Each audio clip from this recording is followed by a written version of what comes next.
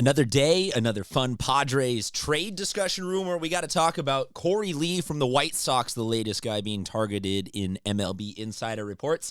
Let's break it all down for you on another episode of Padres Digest. What's going on, everybody? I'm Christian Pedersen, back with another episode. Thank you very much for tuning in. This is part of the show where I do the stereotypical YouTube thing of saying, could you hit subscribe, please? If not, no worries. I will be here to rant and rave about all things Padres, win, lose, or draw. Welcome to the post-All-Star game madness that is now between the trade deadline as the San Diego Padres continue to look for solutions in, call it 4 different spots: catcher, left field, DH, and starting pitcher. Maybe in that order, maybe not in that order. Let me know in the comment section what you think is the order in which the Padres need to get all of that addressed. For those of you that have maybe not lived and died and suffered by all of the numbers, here is where the NL West is. As of the All-Star break, the Padres are 5.5 back of the Dodgers. The Padres are squarely in it in the wild card hunt. And so I stand by, despite some of you guys saying LOL Padres fans always talking themselves into being a championship contender in the comment section, I stand by the Padres should at least be medium buyers. Maybe not full-on, like, leverage and mortgage everything we've got level buyers, but I think the Padres, going into it right now, should be looking at this and saying, hey, let's go. Let's add something. Let's do one thing to make this franchise better and get ourselves ready for the playoffs. And so the catching, as much as you want to hate on Xander, the catching's been the bad spot. And I will always give deference to the catchers and say, oh, they've got the defensive dynamic of they work well with the pitchers. And so, sure, you can make the occasional argument that there are going to be guys that you want to hold on to. But we don't need to do that for both catchers. So enter a series of furious MLB Insider articles that link the Padres to different ones, and we are going to now talk about this guy, Korey Lee from the White Sox. Who is Korey Lee from the White Sox, you might be saying? He's not Sean Murphy. He's not one of these other all-star catchers I've been hearing the Padres link to. No, you're right. He is on the younger end of the things, and the numbers, hear me out, they are not going to reveal the truth here. As of right now, this is where Korey Lee's numbers are this season for the Chicago White Sox. Sorry, Freudian slip there. I want him to be a Padre. You might be scratching your head going, Christian, you've gone absolutely loco. What are you trying to sell me right now?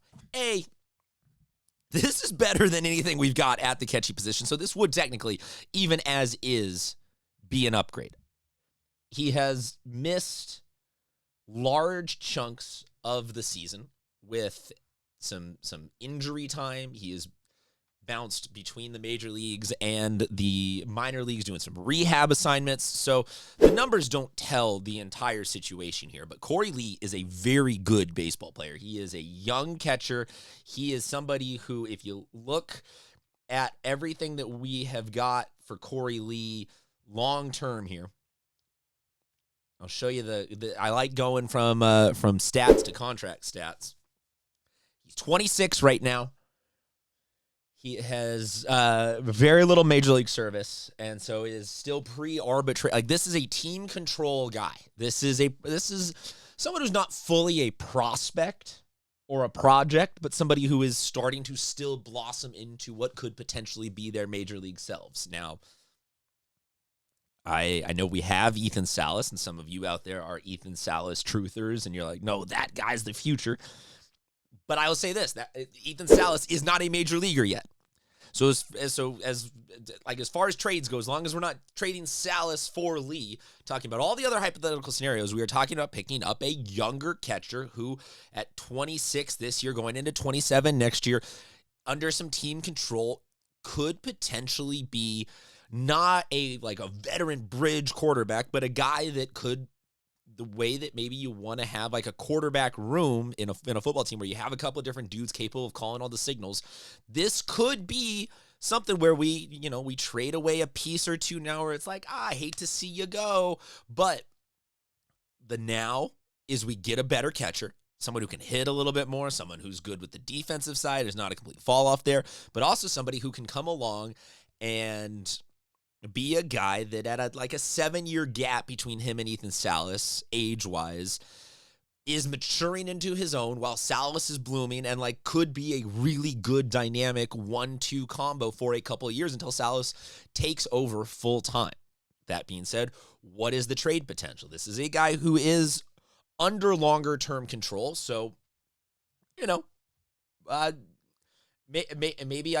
do the Korey Lee here and I'll say, yo, everybody chill on this one. Yeah, everybody chill on this one. This might not be a deal that the White Sox even entirely want to make. But at the same time, the White Sox are not a good team by any metric. There is no version of Digest media hosts over there spinning everything with rose-colored glasses for the White Sox. They are a franchise that needs all of the pieces that they can get. So I kind of like to think that there is no need for the White Sox to hold on to a young catcher and be like, oh, him plus one other piece is the solution to us winning the AL Central. So yeah, Shildt that he is a younger guy and under some control, but also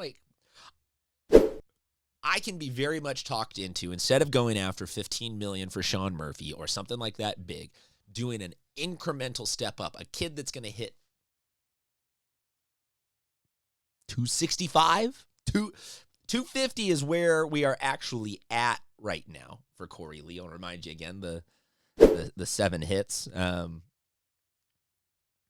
Okay, that's not a great sample size. That's not a great. We can argue about all the numbers, but to me, that also means that there is a chance for this to hover here or go up. And if he can hit 250, 265, he can hit 270.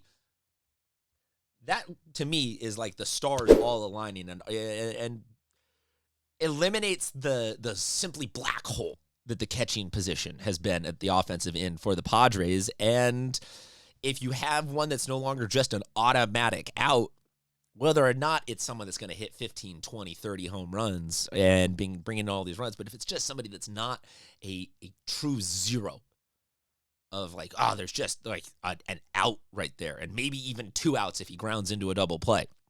If we can just get the ball rolling on a little bit of offense, I can be entirely talked into that in and of itself fixes that position. This particular trade does it without us hypothetically having to give up too many assets. Sets us up where we can still do a cease for Duran or something else big to bring in another bat. So I like it on all fronts. I also, just between you and me, this is the feel side of baseball than the analytics side of baseball. Everything that we get from the White Sox turns out A-okay. Gavin Sheets, DFA'd by the worst team in baseball. Boom. Has a career revival here. And then, was it, I forget, White Sox fans, is it James Shields for Fernando Tatis?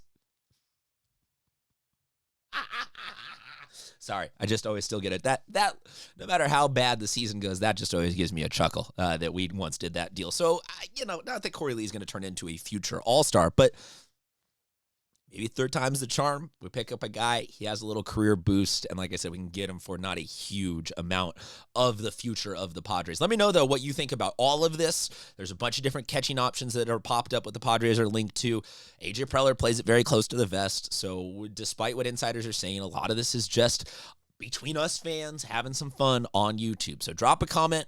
This deal, other deals, no deals. What do you like to solve the Padres' woes at catching? Or maybe you like what Diaz and Maldonado are doing, and you're just like, hey, lock in. They're going to lead us to the promised land. Let us know. And also, if you could hit the subscribe button, like I said at the start, it would be much appreciated. But if not, no worries. Talk to you guys soon.